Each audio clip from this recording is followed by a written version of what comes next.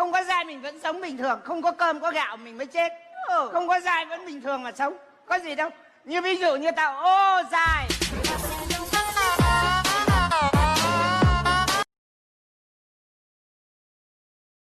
Cút, mày bỏ bố mày ra. Hải, quay xe.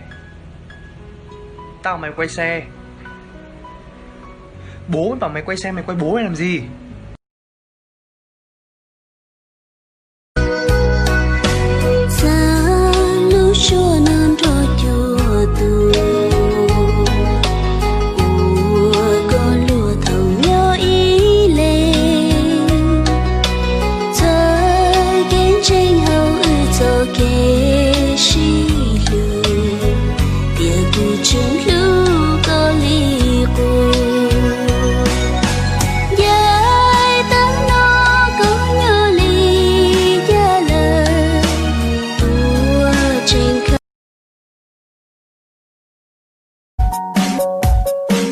Trời xanh, mây trắng, nắng vàng, không liên quan lắm nhưng mà yêu anh.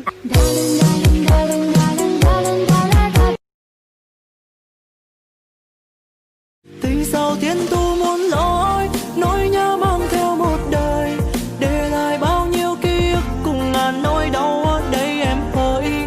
Bên dòng trời cao tăm tối, bởi em đi mất rồi. Để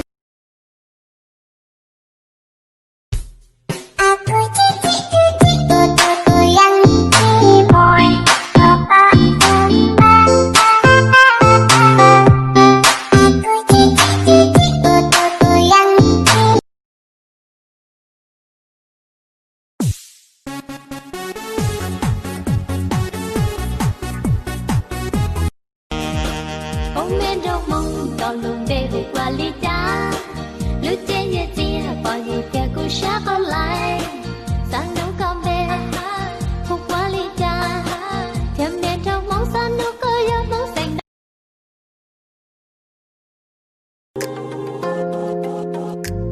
chúc sinh chúc mọc đầu đình, đến nay sao vẫn một mình nhà. Lá rơi rơi mãi thật buồn, nhìn người đi mắt anh tuôn sầu.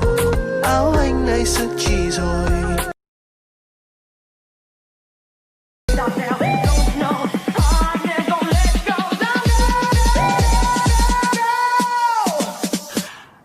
Ông trời tạo ra địa chấn, phạt cái đầu anh là điểm nhấn.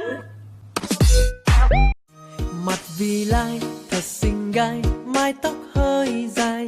Người xinh thế này liệu rằng đã có bạn trai? Người yêu tớ còn chưa có